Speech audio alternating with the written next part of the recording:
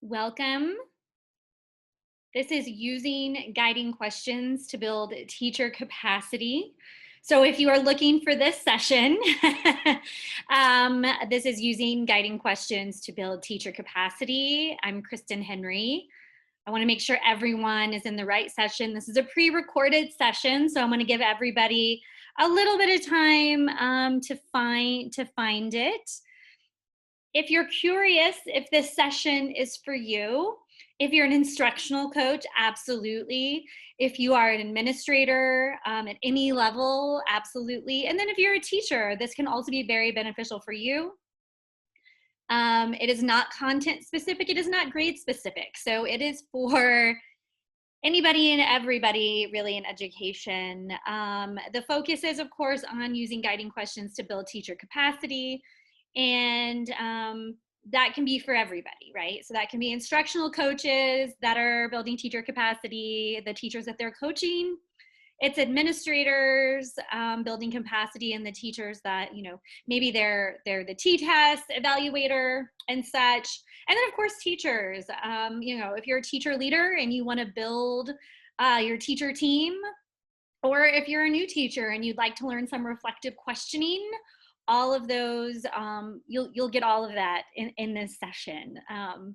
So this is using guiding questions to build teacher capacity. I'm Kristen Henry, and I want to welcome you to this session. It's a little interesting to do a pre-recorded session, but I am glad you are joining me via Zoom. So it'll be a little bit different. But I do want to welcome you. This is my second time presenting at TEKSCon. I had a great time last year and I had a packed house.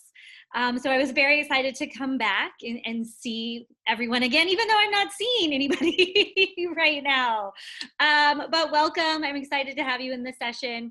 I do want to tell you a little bit about how the session is going to go since it's pre-recorded. So from what they've told me, you're going to be able to ask questions in the chat. So you can, and I will be around to answer those. I think though the easiest way, if you have a question or you want to get in touch with me in some way, is to tweet me at KHLiteracyEd.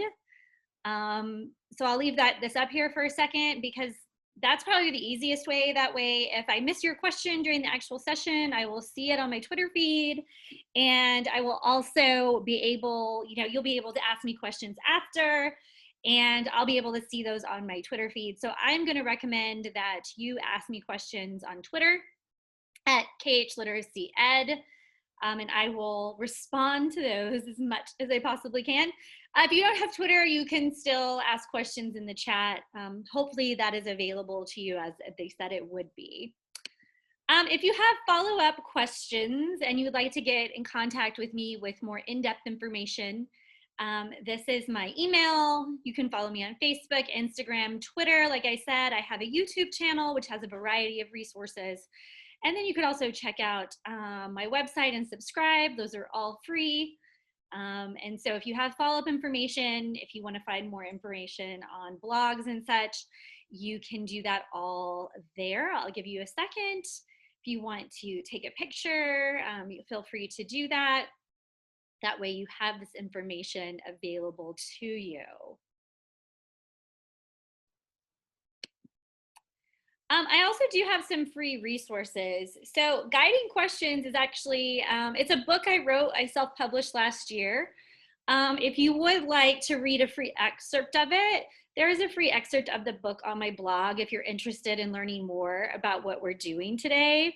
You can check that out. I also have some more information on Guiding Questions on my YouTube channel. So it's the KH Literacy Education channel. So there's also some free resources and videos that do actually deal with this topic on there. So if you see this and you think someone else needs information about it, you can recommend that they check out some of the videos on YouTube, and those might be helpful. All right. So a little bit about me. My name's Kristen Henry, and my company's KH Literacy Education. I did write the book Guiding Questions.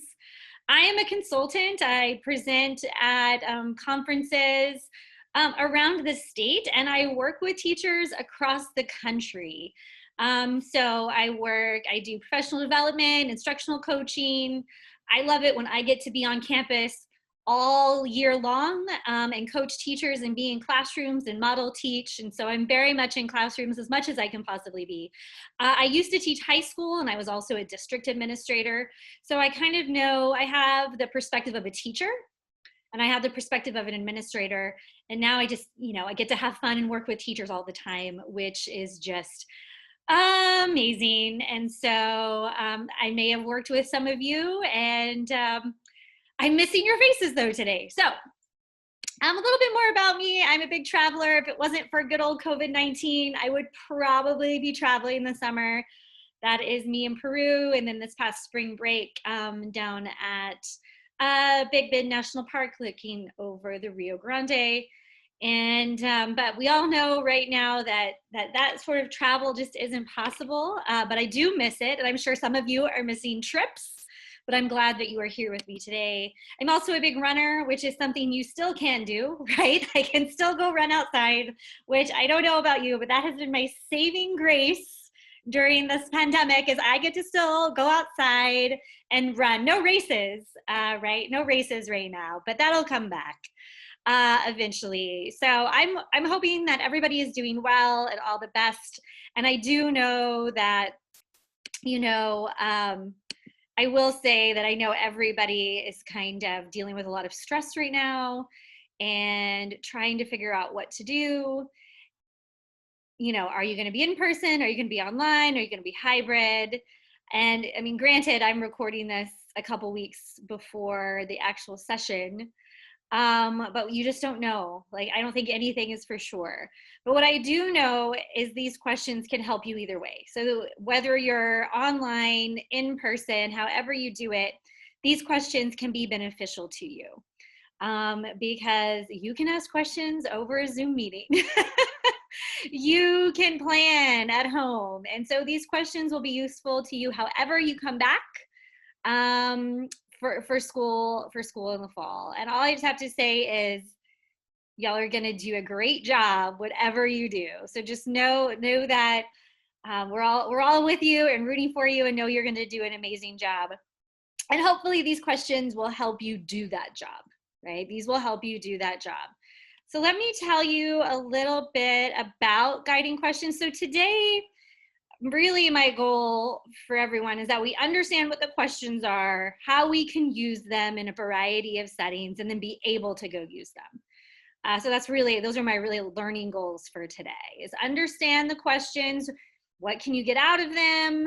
Why would you ask them in this certain way? And then how can you implement them to help build teacher capacity in your own practice, whether that be teachers that you are working with or, your teacher team or you as a teacher.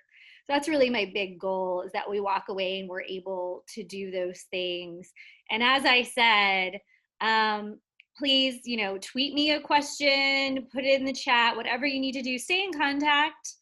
Because I would love to be able to help you in this journey as much as possible. But let's go ahead and get into the session. And we'll start with how and why I developed guiding questions. So as I said, I was a teacher leader, and then I was a district level administrator. And, I would observe teachers, and then we would talk about it after. And, after a while, you try to figure out how to really have a great conversation that's going to be productive. Those post-observation conversations can be really stressful if you're a teacher. And sometimes they can make you a little defensive as a teacher. I mean, I know I've been there, I've done that. I have been definitely defensive.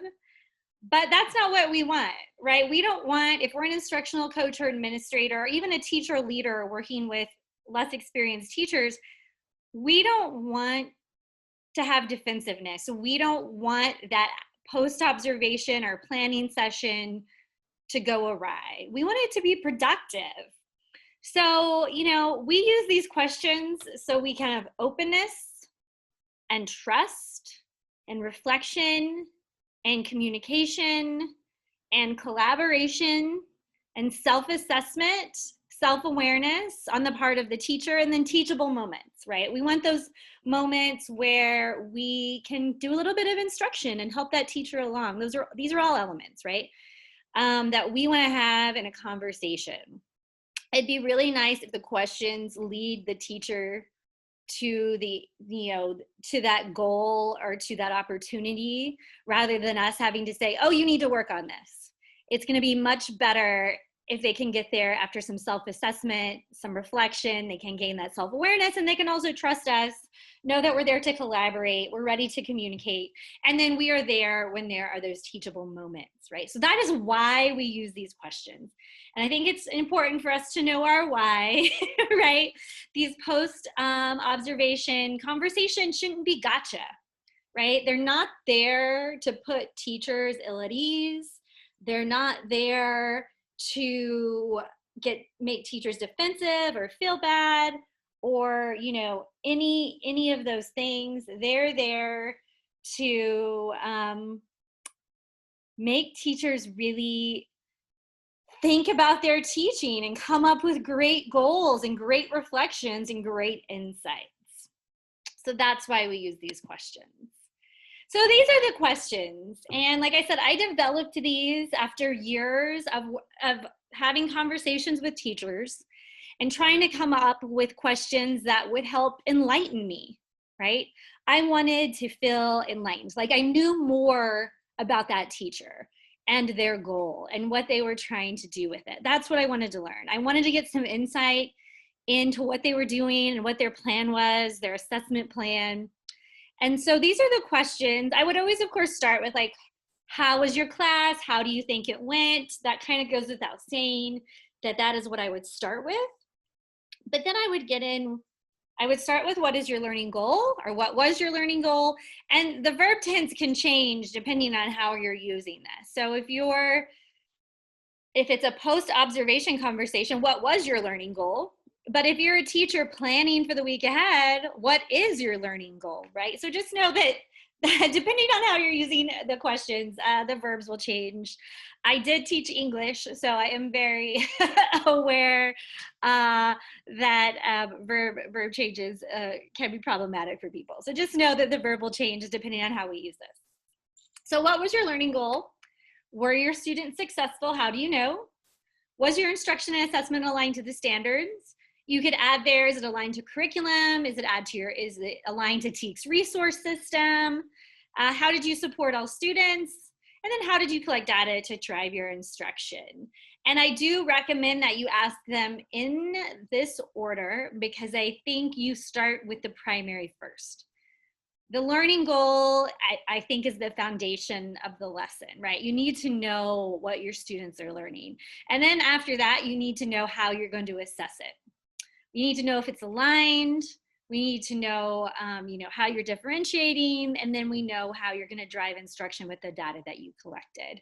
So I do recommend doing them in this order. You don't have to do them that way. You might find a different way to do it. You might also not ask all the questions, because you might decide that, oh, wait, we need to talk about learning goal. If that's where you get stuck, then that's where you need to stop, and that's where you need to work. So I think that's something that's important to realize, that, and there's going to be follow-ups too. So know that you have to make the conversation your own. These are just a way to get started, and a way to get there, and a way to elicit information without making teachers defensive or kind of ruining the whole feel of the conversation. So now we're going to look at each of the questions individually. And I want to kind of go through how you would use each question so we have a deeper understanding of that. So our first question is, what was your learning goal, right? Like I said, this is foundational. So what can you learn from this question? What sort of information are you going to gain?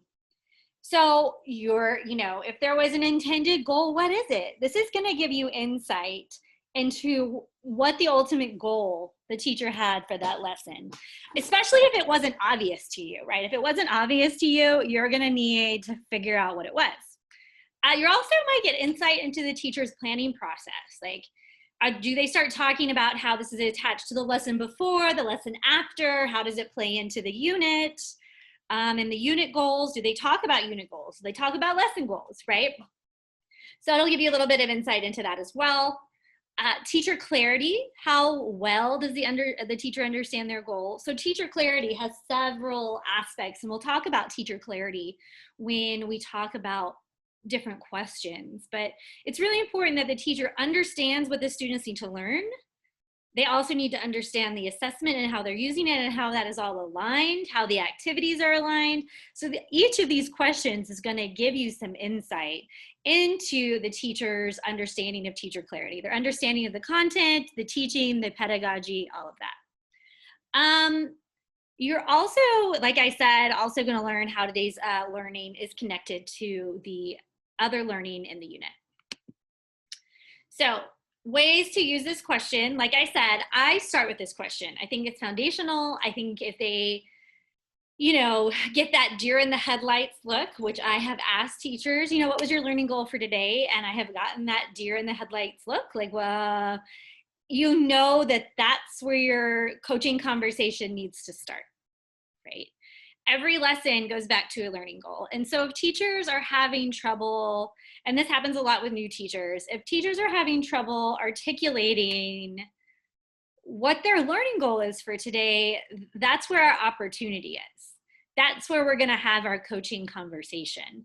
That's where we're gonna have our teachable moment. Maybe you ask them to take out the lesson plans. Well, let's look at your lesson plans. Or let's look at our instructional focus document for TEKS resource. Let's look at our performance assessment. Like, teach them how to go in there and find what that learning goal is going to be for today. Go and pull out that performance assessment and say, hey, let's take a look at this. Let's see what our goal might be for today. Let's break this performance assessment down into chunks, and then using those TEKS for that performance assessment, come up with a good learning goal. So you can absolutely begin, this can really tell you what a teacher's goal needs to be and what that coaching conversation really needs to entail. And so you can have that coaching conversation and that teachable moment with the teacher. So these are some ways that you can use the first question, what was your learning goal? Like I said, if you have questions, go ahead and type them in the chat or tweet me. If you are asking if you're tweeting me about a specific question, let me know which question it relates to. That way, I don't get lost when I'm answering the question. This is question number one. If you call it question number one, I will know what it is. Or you can say the question about learning goals, whichever. So our second question is, were your students successful? How did you know? And again, if you were doing this as a teacher and you were planning, you would say, how will I know if my students are successful, right? That's how we would phrase that. This question, what can you learn, right? Why would you use this question? Why do you ask it? This is really telling you what your teacher's understanding of formative assessment is. These days, and I feel like the same, like, so in the earlier one, I said, you get that look of the deer in the headlights, like when you ask about what their learning goal is, and, they might be doing an activity, but you get that, that deer in the headlights look about the learning goal. Well, what I find happens often with, how do you know if your students learned it? We've put such a focus on like mini benchmarks and CBAs and that sort of thing, that a lot of times the teacher will say, oh, well, I'm gonna, test them on their CBA or their mini benchmark in 3 weeks. And I mean, it happens a lot because, campuses are so all about the data from those mini benchmarks, that a lot of newer teachers think, well, that's the data that matters. Well, it's the data that you're getting every day in class, right? It's that exit ticket, that observation, you know, that graphic organizer that they filled out. That's the meat, right? That daily formative assessment is what is really going to drive your instruction. And so this question really lets you know if teachers understand that. Do they say, well, I'm going to take that, they're going to do an exit ticket, and this is the checklist for the exit ticket, and that's how I'm going to know. Or they're writing, and I'm going to pick up what they wrote, and I'm going to read it, and that's how I'm going to know. Or I'm giving them a little quiz at the end, and that's how I'm going to know. Or I'm listening to their conversations, and I'm taking notes. I'm doing the status of the class. That is what you can learn from this question, right? What is their plan? You know, do they have a larger plan? Even if they're not picking it up that day, are they picking it up the next day? How is this assessment tied to student learning? How is that goal and assessment tied together, right? I talked about how teacher clarity becomes really important throughout this whole process. And we see that here, right? We see that here. And then how the teacher plans to use the assessment, right? What are they gonna do with that assessment? How is it gonna help them make decisions, right? So this, by the way, is question 2. And question 2 is about formative assessment. And so how would you use this, right? So again, I usually put this question second, right after goal. Hey, that's your learning goal. If they get through question number 1, then I'm like, okay, well, how are you gonna know if they reach that goal? So, you know, if the teacher does know their goal, now we move on to this question, not before. We wouldn't start with this question unless we already know that that is what the teacher is working on as their goal, which if you've been working with this teacher for a while, you might know that, and that's great. So the teacher needs to be able to kind of tell you how they know if the students have mastered it or not. And they may or may not know that answer, right? So you're gonna get insight into their assessment practices. And if you see kind of that that's not what's happening, that they're struggling with formative assessment, maybe they're that teacher that's like, oh, I'm gonna test them in 3 weeks. You have that opportunity to go, but how are you gonna know today, right? Wouldn't it be better to intervene now and know today?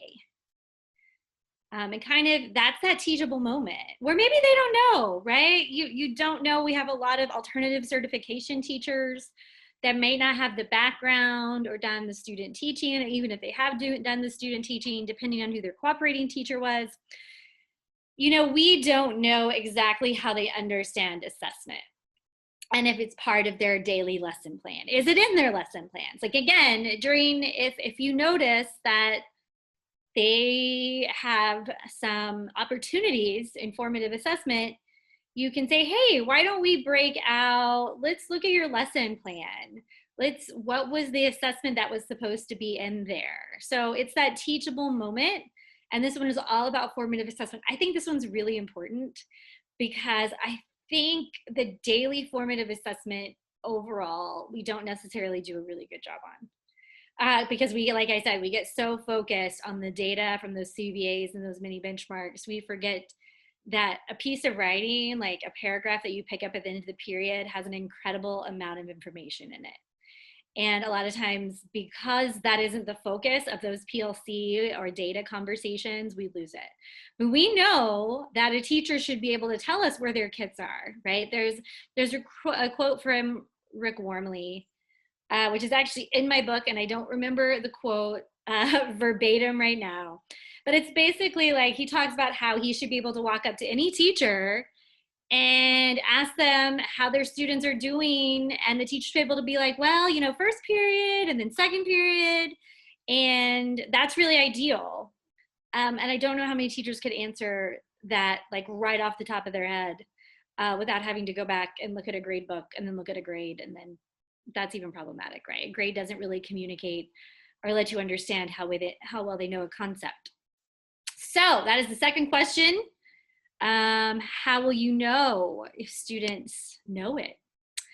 So the third question is, was your instruction and assessment aligned to the standards? Notice I put instruction and assessment because those need to be aligned, right? Instruction and assessment have to be aligned.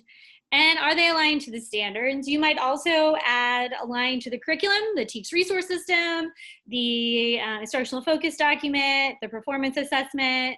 I mean, bare minimum, it should be aligned to the standards, but you could also add on curriculum, instructional focus document, yeah, you know, however you want. Let's look at that question. So what can you learn from this question? Like I said, I usually do this question third. You could probably do this question second and it wouldn't be a problem. You could probably move this one.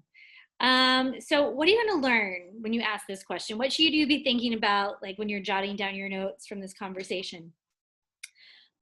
Again, teacher clarity. Does the teacher understand how the instruction and assessment are aligned to the standards?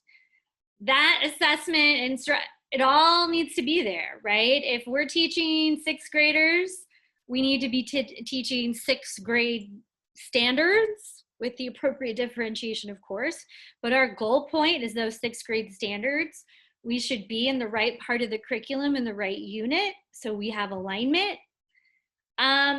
This is also where you're going to really learn if the teacher understands how the lesson is tied to the unit standard curriculum, right? You know, there's a lot of times where teachers will do great activities, but the connection and alignment isn't necessarily there. So this is an opportunity. Hey, take out your YAG. Hey, let's look at the IFD. Take out the performance assessment. Let's log in and let's look at the vertical alignment document. So there's a lot of different ways that you can use this to help teach a teacher about the curriculum, right? This is an opportunity to kind of dig deeper into the teacher with the curriculum, with TEKS resource system, and make that happen. So I think that that's a real opportunity to do that. And so again, this, you know, if they're struggling with this alignment piece, this is where the coaching conversation happens, right? So how can you use this? So again, you can redirect the teachers to the curriculum and or the standards, like have them bring it out. Let's take a look, let's talk through this. Begin a discussion about the importance of alignment. You know, the importance, especially if it's a tested grade, the need to be on level so that they're prepared, the need to be ready for the next grade level, be ready for college and career success, all of those things you could talk about. If there are opportunities, again, this is where you can have that coaching conversation. You can help a teacher set a goal, like help them see that they need to work in alignment. You can have that teachable moment. All of this, very important. And that can be, sometimes it's just the teacher that needs the realization that they need to pay closer attention. Maybe they need to unpack the standards for that unit. Maybe they just need to get more comfortable with their curriculum. But all of that can happen from here. All right, so this was question number 3. So if you have questions, reminder, you can put them in the chat, or if they have that available, they said they would, or you can tweet me at KH Literacy Ed. So make sure that you do that if you do have a question. All right, I'll give you all a second. So if you do have a question, I'm gonna kind of give us a little breather before we get on with the rest. Just in case you do have a question, go ahead and type it in.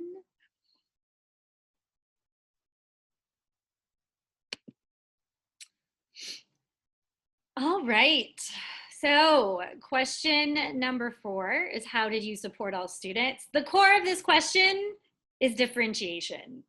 And, you know, if I had $1 for every teacher who made differentiation her or his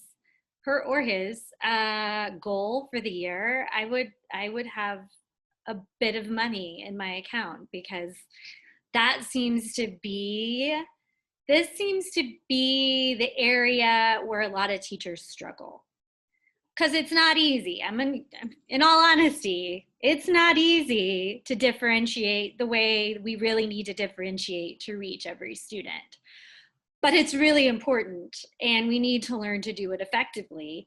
And so I think that asking this question is pivotal, right? that we don't skip this question. We really do pay attention to what's happening here.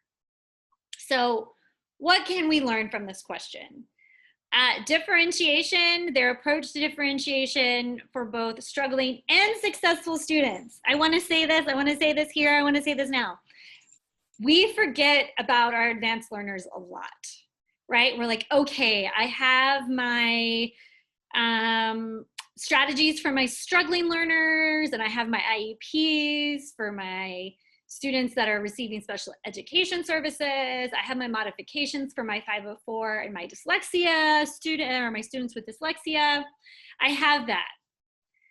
But we don't always think about what we need to do for our kids that are accelerated, that get done in 5 minutes, that are bored. And so when we ask the question, how do you support all students? I really mean all students. I don't just mean my struggling students or students that have a label. I mean, if that kid over there in the corner was always done in 5 minutes and does a good job, what are we doing to support their learning? What are we doing to make sure that they are engaged? So this really lets you know how the teacher is differentiating. What actions are they taking? Is it planned? Differentiation, I think you have to be, it's a process, right? To me, differentiation is a process. I also think differentiation is proactive. It is a proactive process. There we go. Differentiation is a proactive process. So how can you help teachers see differentiation as a proactive process, that it's not all on the fly? The best differentiation is planned. It's in the lesson plan. It's been thought out. If you're familiar with instructional planning, right? Instructional planning asks 4 questions, which are very similar to these questions, by the way. What do my students need to learn? How do I know they learned it? What do I do if they struggle? And what do I do if they already know it? That is a question we very often forget, but that is an important thing for teachers to answer. So how are we going to use this question? This is the question that is the jumping off point to differentiation. And so if you already know that this is where your teacher is struggling, or this is where their goal is, right? So if you can see, if you like walk into a classroom and observe, and you're like, all right, I know they know their goal, and I know they know their assessment, they're definitely aligned, you can jump in here, because this can be a really meaty question. It can be a really meaty discussion. And for a lot of teachers, especially more experienced teachers, this is going to be the area that they're going to identify, right? Especially because it's going to be different every year. Every class is going to be different. Every student is going to be different. And so this is where a lot of teachers are going to jump into having a goal, because it might look very different for them every year. Not just, you can't cookie cutter it, right? It's never going to look the same. And I think that's one of the reasons that differentiation is always a goal, is because we want it to be something that I can just replicate. I can do this, I can do this, I can replicate it, I can do this exact thing, when it is really more of a process that you go through and are proactive in doing. But this question really lets you know where they are in their understanding of that, right? Oh, well, differentiation, I gave the kids extra time. Or I gave the student more work, or I just have my itinerant support teacher work with those students, right? You kind of get to see how they work in terms of differentiation, and that'll give you some insight into where you need to work with them. I think there's plenty of clear opportunities, even with the best teachers, to have a coaching conversation about differentiation. So use this teachable moment. And even if you're the teacher, and I'm going to say this, even if you have a teacher that you think is more experienced than you, because that happens a lot, like you have these rock star teachers that you're working with, I think this is an area where you can always push teachers for growth, because we can always do a better job at reaching every student.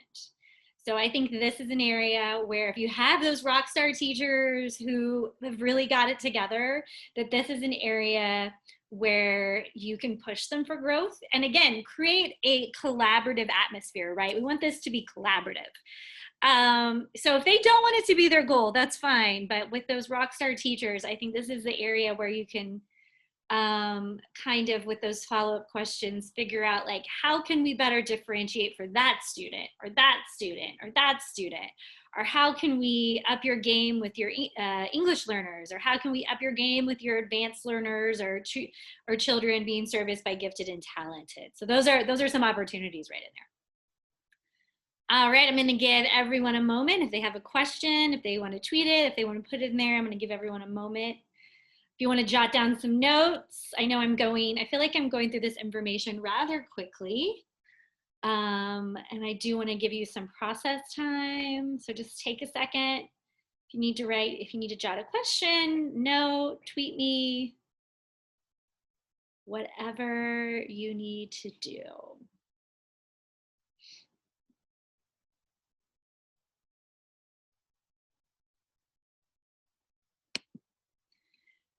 All right, so this is question number 5. The previous one, the one about differentiation, by the way, was question number 4.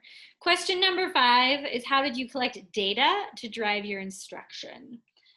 And this is the one that I think, from my experience, this is the one where I had the most teachable moments, right? Where I had the most opportunity to kind of help teachers be better at this part of their craft. So what can you learn from this question? You can learn their feedback in feed-forward practices. So feedback, right, is the information they give back to kids, right? We want it to be timely, specific, actionable, and understandable. But it's telling the kid how they can improve. The feed-forward practices, and that's a phrase I got from Dr. Fisher and Dr. Fry, that's how we use the assessment to inform our future instruction. So how is our assessment today going to affect our instruction tomorrow? How are we going to use those exit tickets to form our small groups? How am I going to decide on an intervention list, right? So, you know, it helps us with those data-driven decisions. It shows our responsiveness and flexibility and our assessment planning, right? How are teachers, again, using their daily assessment, that daily formative assessment, to improve their instruction the next day? How are they using it to plan? You know, do they bring the data to their PLC and actually use it to ensure their planning? Or do they just share it and then it doesn't really affect their instruction, right? Are they really using it to show them the best way to go forward with their instruction? I think that's something that we really have to think about. And so how can you use this question? A jumping off point to a data discussion, right? Where did you get the data? How are you using the data? How are you using the data from you gathered today? So I noticed you did a status of the class. You know, so if you ask them how to use the data, I said, well, we do a status of the class. Okay, well, how are you going to use that data? What are you going to do with it, right? If they have, you know, all the assessments still stacked on their desk and they're not using them yet, right? We have to have a conversation about timely feedback. I think that's the biggest one. You know, my background is in English, and it's hard to get those papers back. But if you give them back an essay from 3 weeks ago, chances are that's not going to be very helpful. This really, you see what kind of data they use, the importance of data in their planning. You know, are they reading the kids' writing? Are they looking at the lab work? Are they looking at how the students are doing the math problems? And how are they using that? Do they just look at it and see it and put a grade, or does it change what they're doing in their class the next day, the next week, in the unit? Does it change their tutoring recommendations? Does it change their groups, their warm-up, their assessment? So, I mean, I would say that a lot of teachers, this could be a great coaching conversation, especially for your more experienced teachers. This is also a great thing to talk about in PLC or a planning meeting. You have teachable moments here, and I'm going to share in just a little bit some of those teachable moments. I'm going to show you kind of where you would put that teachable moment and why. in just a second when we look at some scenarios. So this is question 5, how to use data. So I just wanted you to take a moment. I'm going to give you a little moment of reflection to jot down a couple things.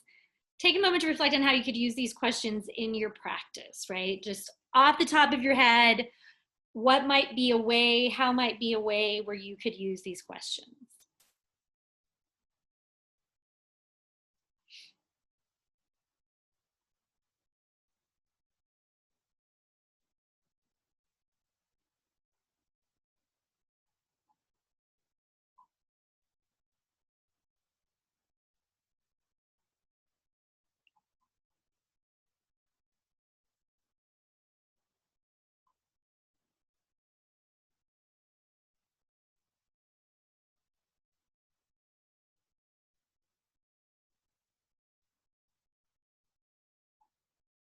All right. Hopefully you took a moment to think about how you could use these questions in your practice. Again, if you have questions, tweet me. And of course, if you have follow-up questions, email me, and I will put up that information again when we get to the end of our session. All right, so where can you use these questions? We've talked about them. We have talked about how what information you can get from them, and why you would use them. So, right, we're building teacher capacity, right? That's our big goal. That's what we talked about at the beginning of the session, is we want to build teacher capacity. So we can absolutely use these in a PLC, a professional or learning community. They can be our guiding questions. They can help us plan. Like if we can answer all of these questions when we're planning, I mean, I'm pretty sure we're gonna have a pretty solid lesson plan if we can answer all of these questions. A lot of my examples that I've given have been about post-observation conversations. So either as a coach or administrator, we go in and we observe a teacher for however long, and when we sit down and talk to that teacher, we can use these questions. We can have, if we're their coach, we can have a great coaching conversation that hopefully leads to goal setting. We can have it our T-test conversation. And I will say that the book that I wrote does have T-test alignment items in it. So if you're curious about that. And then of course you could use these in a data meeting, especially when we're talking about assessment and data collection. We could absolutely use those all over right there. So think about, just for a second, what settings are you in, or what settings are you going to be in the fall, whatever it looks like, right? Whatever it looks like, what settings are you going to be in the fall that you might be able to use these questions. So just take a second, maybe jot that down.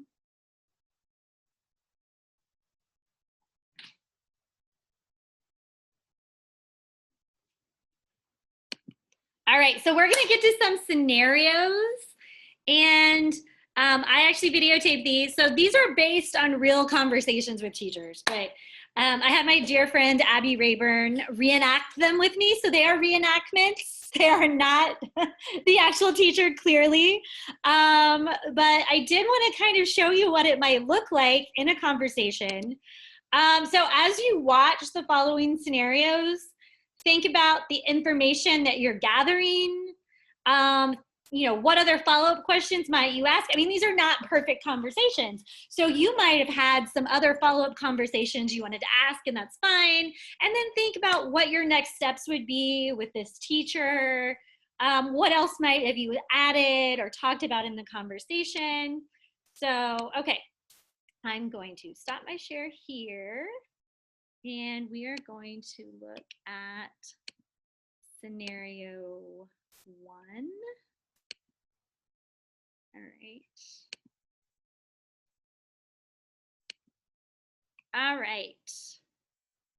Here we go. Scenario 1. All right. So how do you think the class went? So I think it went really well. I had the students do their independent reading, and then they worked on their personal narratives, and I think they've been working well. All right, awesome. So what was your learning goal today?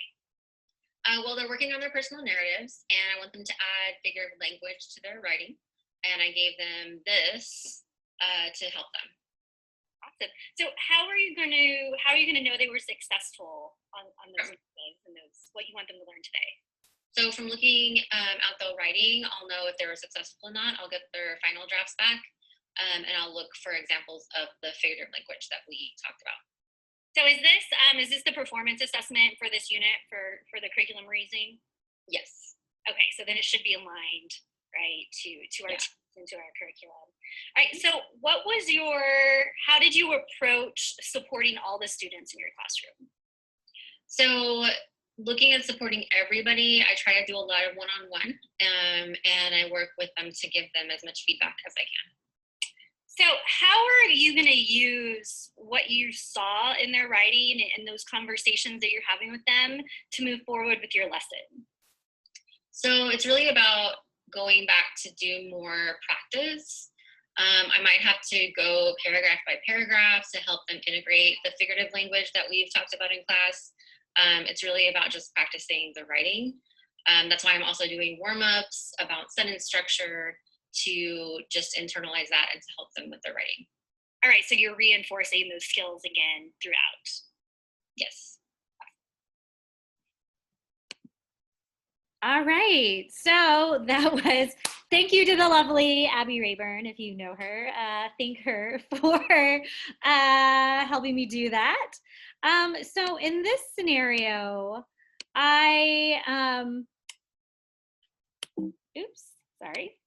that really reinforced my observations. So, you know, what she said, I saw. And so it really reinforced my observations, but it also gave me some additional information on her feedback process. So I learned a little bit more about how she gave feedback, how she was going through that lesson. It was a really good lesson, by the way, so there wasn't a whole lot. But for me, it gave me some great insight into some of the other things she was doing. So while I get the second video queued up, think about, you know, what else you would have asked and what you saw, what other information you might want. Let's get scenario 2. All right. And we're gonna have our next scenario. This is scenario 2. Okay, Miss Abby, how do you think the lesson went today? Well, the students took a quiz and then they just had time to finish some work that they had missed. So what was your learning outcome? What was the goal you wanted them to accomplish today? Well, since it was a quiz, how do I put that into a learning intention? You know, well, you could put that the students are going to demonstrate like their knowledge of vocabulary, because it looked like the quiz was over vocabulary. So your assessment could really define what the success criteria are for today. Like, what specifically are you looking for in that assessment can become your success criteria. And so whatever you're quizzing them on would be part of that learning goal and your success criteria. Okay, that makes sense. So what was the outcome, because they were doing another assignment after the quiz, what was the outcome of the other assessment that they were working on? So they annotate an article every Monday, and you can see here the directions for the annotation and the questions. Okay. So how are you evaluating those? What are you looking for? So when I evaluate the annotations, I look to see if they are off or not. So today they turned them in, but they weren't really complete, so I wanted them to work on them some more. I didn't want to accept what they had done already. Okay, so they're having an opportunity to redo it so they can show mastery? Yes. All right, okay. All right, so for this one, and I have to say it was a rougher lesson, but what was nice is that the post conversation, come on, it really, one, it allowed the teacher to ask questions, right? She wasn't sure about what she should put as her learning goal, so that it'll give her space to ask questions. We had a teachable moment there where I could explain that. So it allowed teacher explanation as well, because I had a lot of questions in this class when I went in, because I was like, what's going on? But it really changed my impression of the class, because I felt like the teacher really did have a better hold on it than what it had looked like. It gave her an opportunity to give me more information.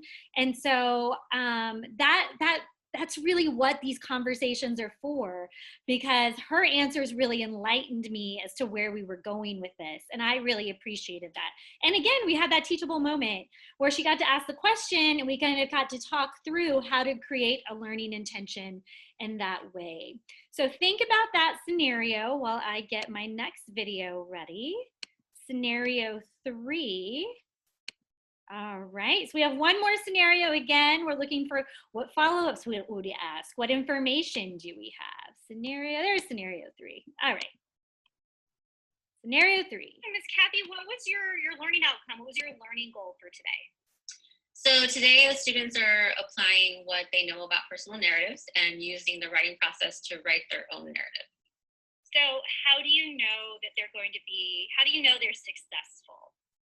So I'm looking at the graphic organizer that they're doing and their plat diagram. So you're checking to see if they're getting the concepts, if they're understanding the different elements that you're looking for?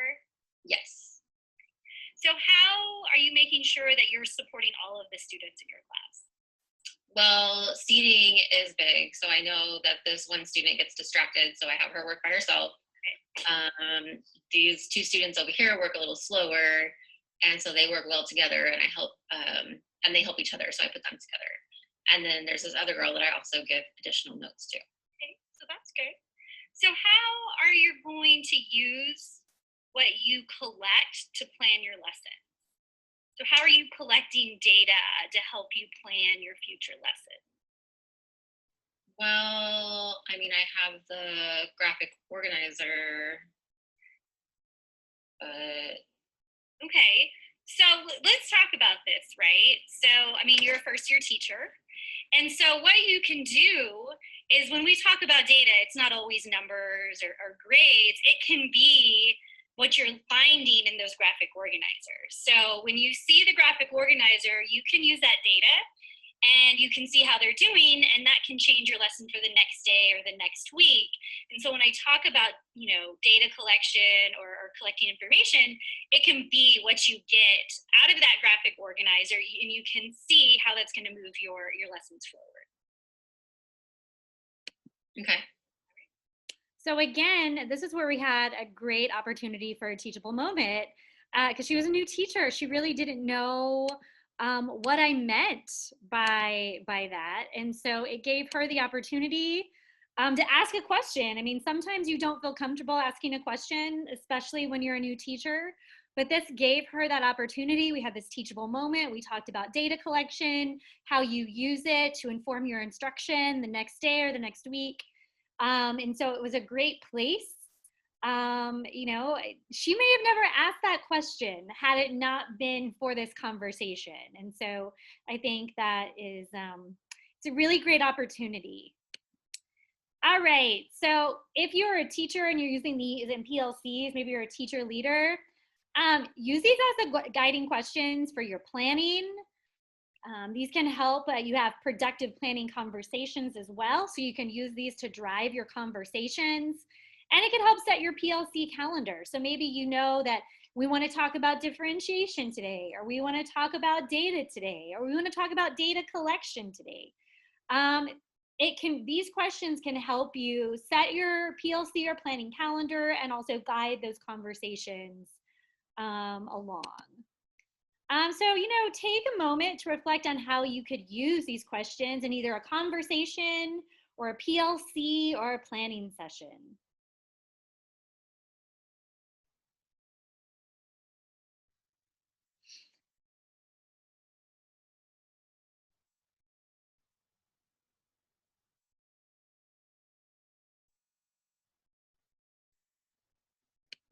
All right, once again, there are free resources available that go deeper into guiding questions. You can find an excerpt of the book on my blog.